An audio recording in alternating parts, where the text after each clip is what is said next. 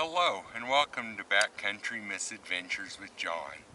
It's June 1st, 2021 and I'm in the Humboldt-Toyabe National Forest on the Bristlecone Trail. I thought I'd show how to find a geocache in mountainous terrain. It's actually quite easy once you've seen it a few times, and I'm going to go over several different sizes: micro, small, and one of the most famous in America, the ammo can. So please come along with me, enjoy the weather. And speaking of the weather, it was 100 degrees when I left home, and it's 70 degrees up here now. I'm at about 9,000 feet or 3,000 meters, and it's absolutely beautiful here, and I'm really enjoying the day. So let's have fun and let's go see the world and learn how to geocache in the mountains. Okay, I'm at the Desert View Overlook, and I'm here to get a letterbox. I've already found it, but it's hidden in kind of a classic way. We have what's called a UPR, or an unnatural pile of rocks. So kind of look at this for a minute and think about where you would hide a letterbox. So we're looking at it, and here in a minute I'm going to go over and show you where it's hidden. And this will show you two things. First off, how to hide them so they look natural and people will walk right by them. And the other is how to spot them when you see an unnatural pile of rocks.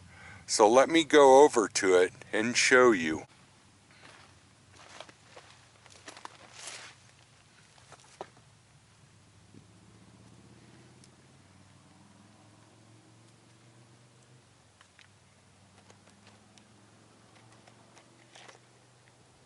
And here it is.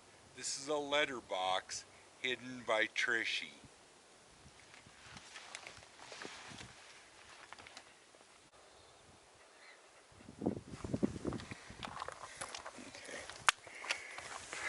Okay, Red Chief's gonna help, but these are the basic things that are in a letterbox or a geocache. Here's the stamp, and here's the Red Chief. No, here's the log, Ranger. Here's the log book, and this is where people sign their name and their signature. So you can see the people that have found it, and each one has a unique stamp,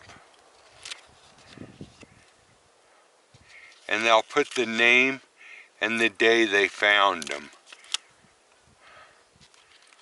Grand Rapids, Michigan, and of course here is Lamassu Lion.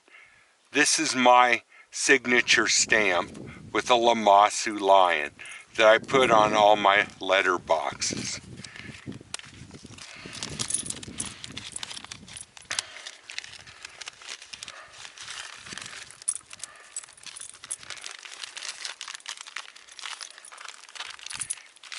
And then next, because this is a letter box, it has a stamp. And Red Chief, no. And here is the stamp with a bighorn sheep on it that you get as your reward for finding this letterbox.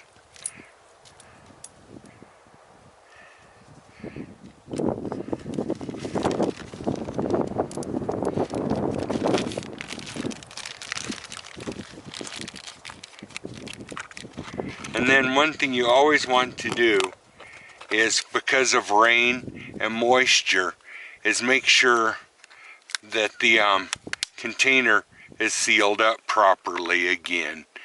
And there you go. That's what's inside of a letterbox.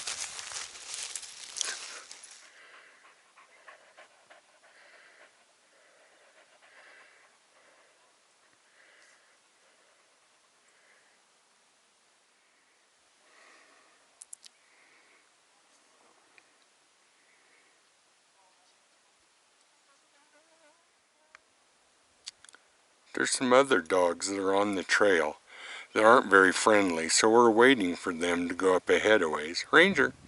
So we're just waiting and enjoying the shade, enjoying the sun, and we're just having a good day. And it's just nice to be in the mountains.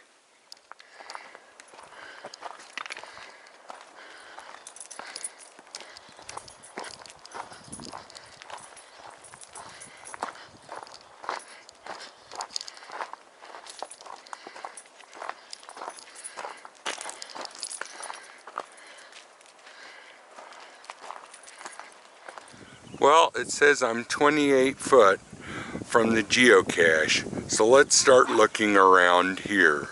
Well, I've looked for six geocaches now without any luck. I'm starting to get frustrated, and I really want to show what they look like, but I can't find them. So what I'm going to do is go home and make one, so then I can show you what they look like.